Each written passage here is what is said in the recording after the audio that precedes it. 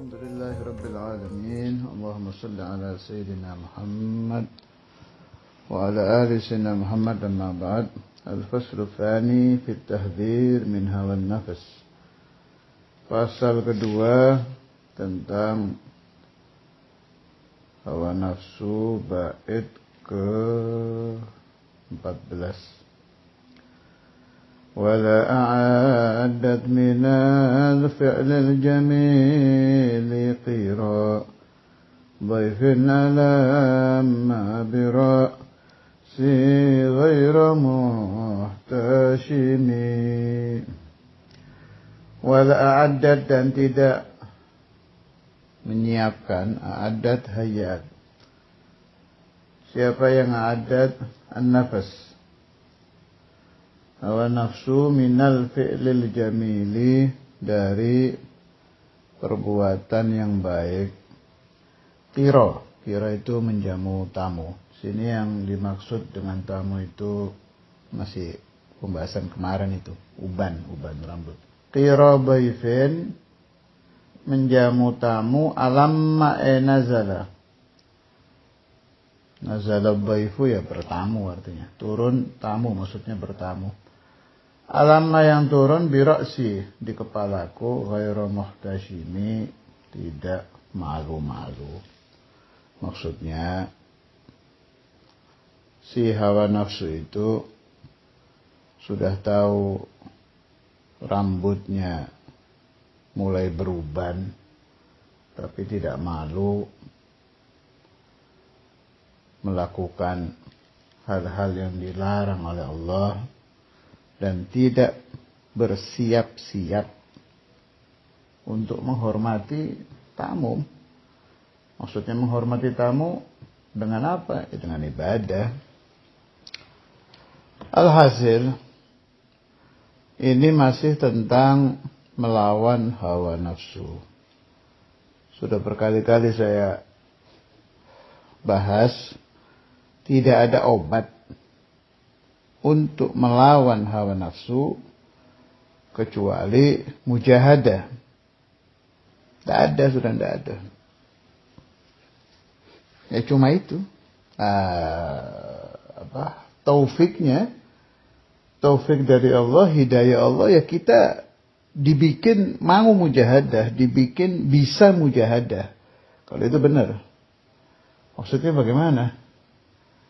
Kadang begini, kadang ada orang diberi ingin mujahadah, tapi tidak diberi rezeki mujahadah. Dan itu banyak.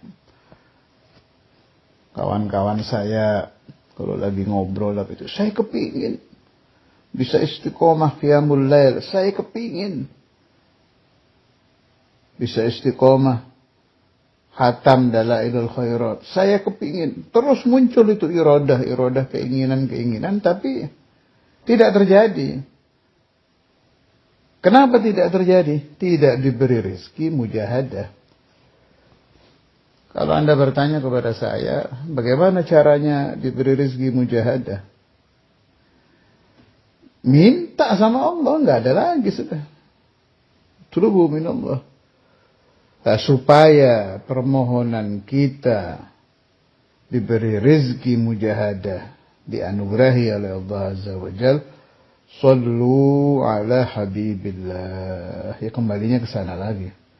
Perbanyak salawat ala Nabi Muhammad sallallahu alaihi wasallam bi ayati sighatin kanat. Terserah Anda salawat apa saja sesuai guru masing-masing. Nggak ada, itu ceritanya yang wali besar min auliyaillah di Indonesia, Mbah Mutamakin. Klaten ya kalau nggak salah itu. Di Klaten beliau. Masyhur, cari aja di Google ada itu, Mbah Mutamakin Klaten.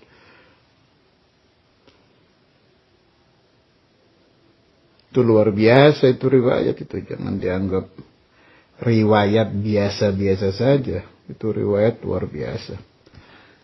Dan saya kalau malas mujahadah melawan hawa nafsu, ya saya ingat cerita beliau, bangkit lagi semangat itu. Itu kan sampai keluar 2 anjing hitam ya, kalau saya nggak salah ingat ceritanya itu. Khulasatul Qissah, beliau minta diikat, ditaruh di satu kursi gitu, diikat kuat-kuat. Istrinya, saya dengar dari Ki Ahmad ini cerita. Ki Ahmad dari salah satu tamu orang soleh yang ziarah ke beliau saat itu. Tapi memang masyhur ini cerita, dicari di Google atau buku manaqibnya mungkin sudah ada. Saya kira sudah ada buku manaqib beliau. Khulasatul Qissah yang bisa kita jadikan petunjuk untuk kita bermujahadah. Beliau minta diikat di kursi, diikat kuat-kuat. Kemudian di depannya diberi makanan yang enak-enak, pokoknya yang hawa nafsu kepingin aja, apa aja ditaruh di situ. Beliau tahan. Sampai lama itu, kalau nggak salah sampai lama itu beliau diikatnya itu. Alhasil sampai akhirnya beliau mujahadah melawan hawa nafsunya sampai keluar kayak uap hitam gitu dari kepala beliau 2 itu. Akhirnya berbentuk 2 anjing. Itu kata Sahibul Hikayah, itu hawa nafsunya keluar. Kalau kata guru saya Kiai Ahmad itu, beliau bilang ini sedang dizahirkan oleh Allah Ta'ala. Artinya dibentukkan anjing itu sebagai iktibar untuk kita-kita, orang-orang yang selalu ikut hawa nafsu, bahwa memang hawa nafsu itu kalau dilawan bisa keluar, bisa hilang. Nah, adapun di wali-wali lain tidak dibentukkan anjing, tapi keluarnya tetap. Ya sebetulnya pindah itu ya, pindah dari nafsu ammarah, tapi ini langsung lompat naik ke nafsu mutmainnah. Dan ini selalu terjadi di siapapun yang suluk ilallah, yang suluk thariqah, pasti mengalami itu, perpindahan dari nafsu ammarah. Biasanya sih ke lawamah dulu kan. Setelah lawamah baru mutmainnah. Tapi ini beliau lompat langsung ke nafsu mutmainnah. Kalau Allah radhiyallahu anhu Syekh Abdul Wahab Asy-Sya'rani, wali kutub ini dia, Syekh Abdul Wahab Asy-Sya'rani. Ketika beliau sudah lewat dari nafsu ammarah ke nafsu lawamah, dari lawamah ke mutmainnah, terus malah sampai ke kamilah, kata Imam Sya'rani itu. Udah sampai ke ujungnya nafsu. Kalau saya nggak salah ingat itu cerita di awakhir umri ya, di akhir-akhir umur beliau. Beliau minta dikembalikan lagi ke nafsu ammarah. Minta kepada Allah Ta'ala supaya nafsunya dikembalikan ke nafsu ammarah. Kenapa? Supaya saya tetap memperoleh thawabul mujahadah. Karena ajib itu. Artinya kita kelompok orang-orang yang sedang berada di nafsu ammarah harus bersyukur kepada Allah Ta'ala. Tiap kita mujahadah itu pahalanya luar biasa itu. Setiap melawan hawa nafsu. Yang sering saya kutip, tarku syahwatin min syahwatin nafsi anfa'u lil qalbi min ibadati sanatin bisiyamiha wa qiyamiha. Satu kali meninggalkan hawa nafsu, satu kali mujahadah itu menentang hawa nafsu, lebih bermanfaat untuk hati daripada ibadah 1 tahun. Yang selama 1 tahun itu kita puasa dan qiyamul lail. Sana 1 syahwat dilawan, bandingannya 1 tahun puasa sunnah dan qiyamul lail. Kalau 1 hari kita diberi rezeki oleh Allah Ta'ala 100 kali mujahadah, berarti 100 tahun. Makanya Imam Sya'rani diminta dikembalikan ke situ. Yang na'udzubillah itu kita tergelincir ketika kita berada di nafsu ammarah bisu, kita tergelincir mengikuti. Ini bahaya. Kalau kita selalu melawan, nafsu itu nggak bisa diikuti ya pasti bertentangan dengan Tuhan. Sudah bawaannya begitu. Ittiba'un nafas, ittiba'ul hawa, mengikuti hawa nafsu ya pasti bentrok dengan Allah Ta'ala. Harus selalu dilawan. Nah, yang perlu diperhatikan ada seperti melawan hawa nafsu. Ini saya ditambih sama guru-guru saya dulu, diingatkan. Ini yang bahayanya. Seperti kita sedang mujahadah, padahal sedang mengikuti hawa nafsu. Itu yang gawat itu. Itu yang kata Masyayikhuna itu selalu diingatkan di dalam Al-Quran.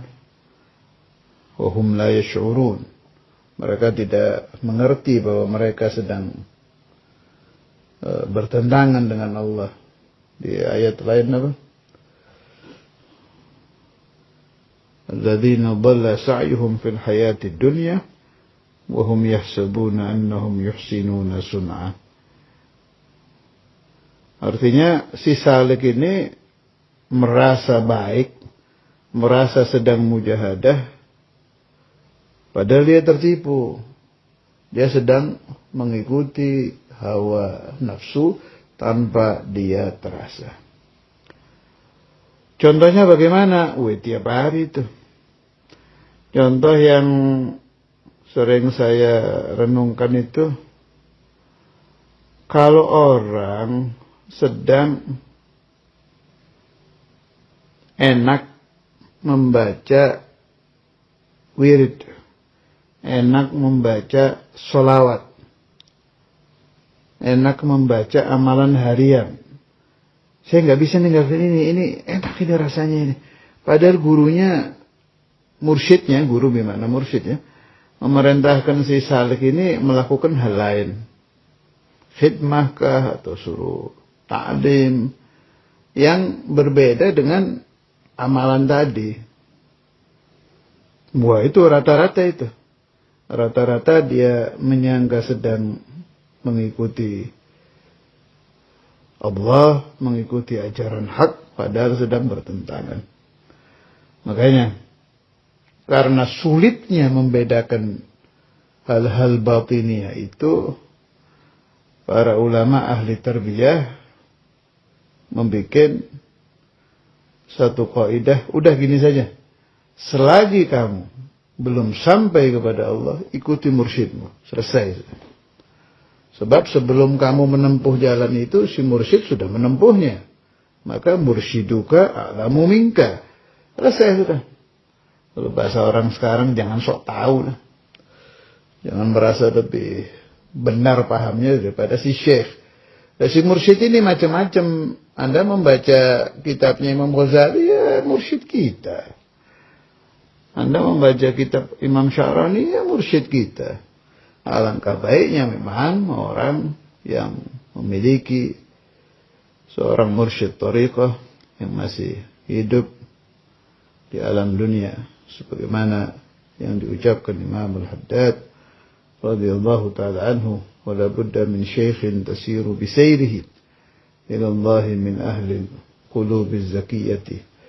Wala budda, dan harus engkau memiliki satu syekh yang hatinya suci, hatinya bersih, yang engkau ikuti sairnya, perjalanannya menuju kepada Allah Azza wa Jalla. Wa sallallahu ala sayyidina Muhammad wa ala alihi wa sahbihi.